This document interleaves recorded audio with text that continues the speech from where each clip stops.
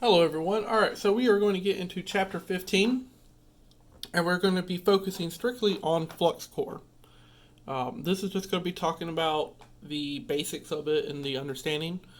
Very first thing that we need to understand about flux core is that it uses a constant voltage power supply. This is the exact same stuff that you would use for MIG. If you have a GMAW or MIG setup, then you can run flux core. That's the thing about them. It can be used in DC electropositive or negative. That all really depends on what wire you have. Very much like what it's saying when it says its name is flux core, it means the electrode, so your wire, has a flux core center. That is what creates the shielding gas and what creates the slag. You have two different types. FCAW-G, which means gas shielded, and FCAW-S, which means self-shielded. Now, FCAW-G, the one that comes with the shielding gas, you have to use the shielding gas that comes in that protects the weld, while the flux on the inside adds properties to the weld and gives it some protection when it comes to the slag, but the flux inside of it is less about protection and more about adding stuff like metal powders and deoxidizers, and adding like certain properties to the weld and the base metal to help it be stronger.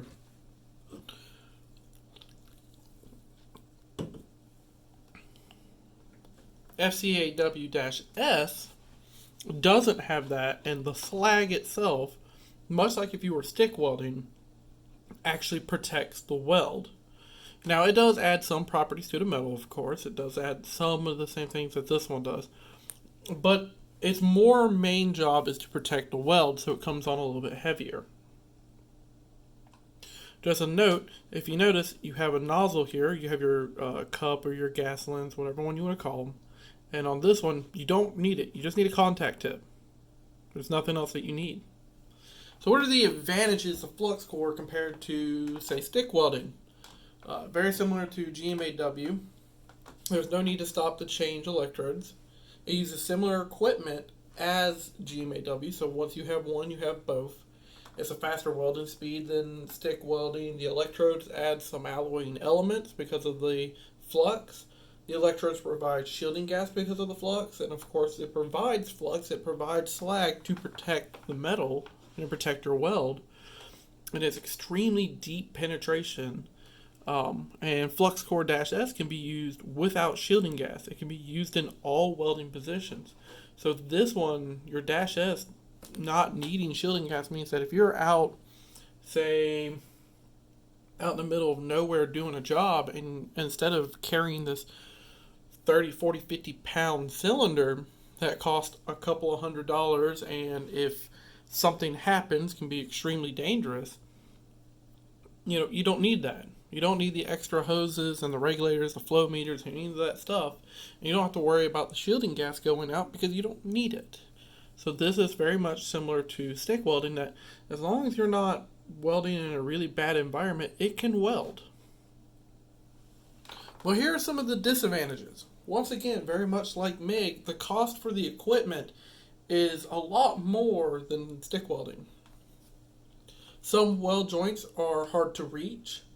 Rapid air movement can remove shielding gas.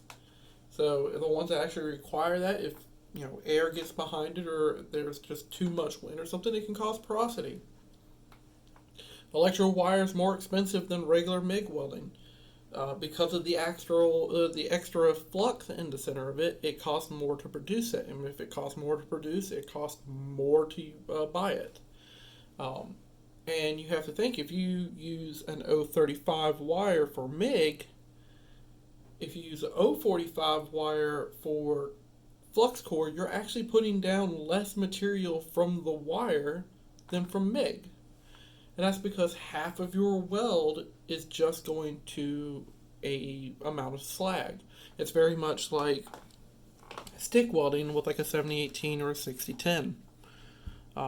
Because there is the amount of slag in it and it's a little bit more picky, it does require a little bit better operator skill than regular MIG.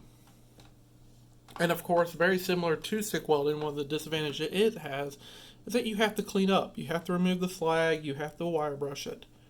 And because you have the extra slag, you have the extra smoke coming from it, you need a fume extraction of some type or filtered air. Maybe just fans or have, be outside. This is one of those that you don't want to be locked up in a small area while welding. It can be very toxic. And one of the major disadvantages compared to MIG welding that can weld aluminum, this can only weld on ferrous and nickel based metals. So going to this, we're looking at the equipment. Over here, this is a MIG welding machine pretty much, set up to run it, hooked up to some gas. So welding machine, wire feeder, welding gun, electrode wire, shielding gas supply, and controls. Remember, if you don't need the shielding gas, then that's a whole section right there just gone. All you need is the wire, the gun, the feeder, and the machine. Very much like GMAW, FluxCore has the power supply, which is a constant potential power supply. So Transformer-rectifier, Inverter, and engine-driven generator. Those power supply adjustments. You have your voltage, which you can adjust your wire speed. So voltage, how much hotter is it going to be? Your wire speed is how much wire is going to be coming out. And inductance, and then the slope adjustment. Now, the slope adjustment for FluxCore isn't as particular. You can do it in certain machines. The FluxCore is a little bit more closer to stick, where you can get away with it being a little bit more, let's just say, rugged. This is the wire feeders on this one. This is a Miller machine, and the ones that we actually use in the shop. You can see that this has 4 wheels that connect to each other. And you have the inner wire getter, a center wire, your tension knob, the outer wire guide, and then your drive roll. The thing about FluxCore is that the flux, or your wire, is actually a little bit more fragile than regular MIG welding. You can actually take it, and if you just kind of move it back and forth a little bit, it will snap pretty easily. So that is something that you need to be aware of. You don't use the same amount of tension on FluxCore as you would do on MIG welding. Next, we kind of look at the guns. For this is FluxCore or MIG welding. It's the one that everybody's very common with. But if you're using self-shielding, as you see, it's just a contact tip. It doesn't really need the whole cup situation. It's just a contact tip, and that's about it. It does have a little bit of an extra shield because of how much hotter it welds. What are the welding gun functions? Make electrical contact with the electrode, the direct shielding gas to workpiece, except for self-shielding. It removes heat from the gun because it's running, gas through it on certain ones, and it gives you the ability to start and stop. The welding gun components, you have a contact tip, contact adapter, gas nozzle, your liner, stop and stop switch, which is your trigger, and a cooling system. What type of cooling systems are there? There's gas shielded, and then or gas cooled, and then water cooled. Now, when it comes to FluxCore, you'll rarely ever use a water cooled gun to do it, or really a gas one if you're using self-shielding. You're just going to use the other one that's just going to run that wire, put power into it, and then that's it. But just like MIG welding, you're going to have that liner. And the one thing about FluxCore is that it is very picky about being in a straight line. You shouldn't be having little loops. And if anything right here can snag on that FluxCore wire, it can snap it, bend it, and mess it all up. And it will really get stuck a lot easier and potentially burn us just as, possibly worse than MIG welding. So let's talk about certain type of gases. You have argon and helium, carbon dioxide, and oxygen. So for your inert gas, argon and helium. For active gases, oxygen and carbon dioxide. The type of the shielding gas that you use is, depends on what transfer you're using, the penetration that you need, and shape of the weld bead, the speed of welding, and the mechanical properties of the weld. When it comes to FluxCore, there's really 2 options that you use.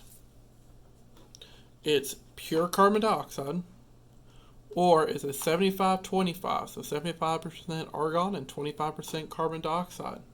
While argon is more common for gas metal arc welding, carbon dioxide is commonly more used for flux core. But the shielding gas is very much often determined by the electrode type.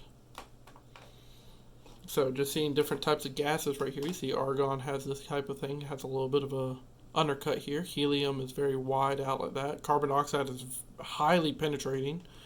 Argon helium is here, and argon oxygen is like this. So argon helium spreading it out, argon oxygen getting a little deeper. The biggest thing to remember is that for shielding gas, argon and CO2 displace oxygen. This is why ventilation is required when using these gases. You know, argon and CO2, if you breathe it in, you need oxygen to breathe. And if it's displacing the oxygen, you will suffocate and you can die. There's a reason why we breathe in oxygen and then breathe out CO2.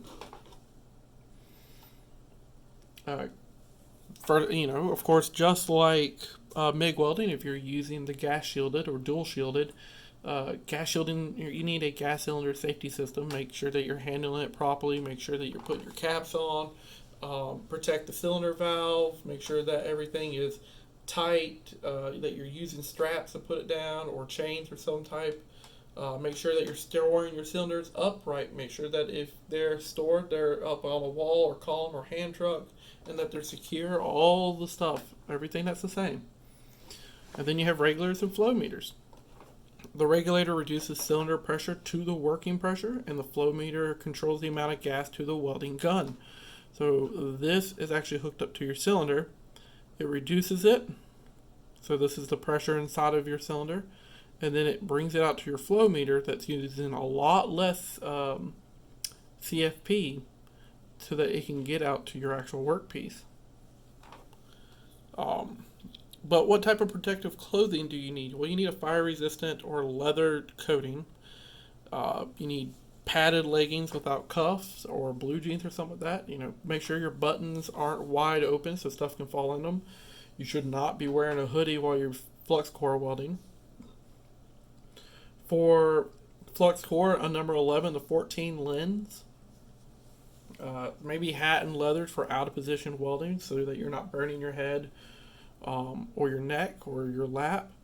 And then leather gloves, of course. And for this one, MIG welding gloves aren't the best option. Your hand that, you normally use two hands, one to cover your other hand and one to use the trigger. That open hand, you probably want to have a stick glove on, like a stick glove, to reduce that heat impact. The next thing, like we were talking about, is fume exhaust.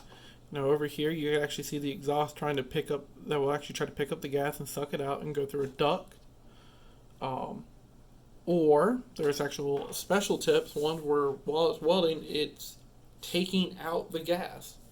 Now those guns are a little bit more expensive, but they are a possible option. And then of course the last one is to do it outside where there's more air to let it dissipate, or have a fan nearby, not too close that it messes up your weld, but it kind of close by to push the gas or the smoke away from your face.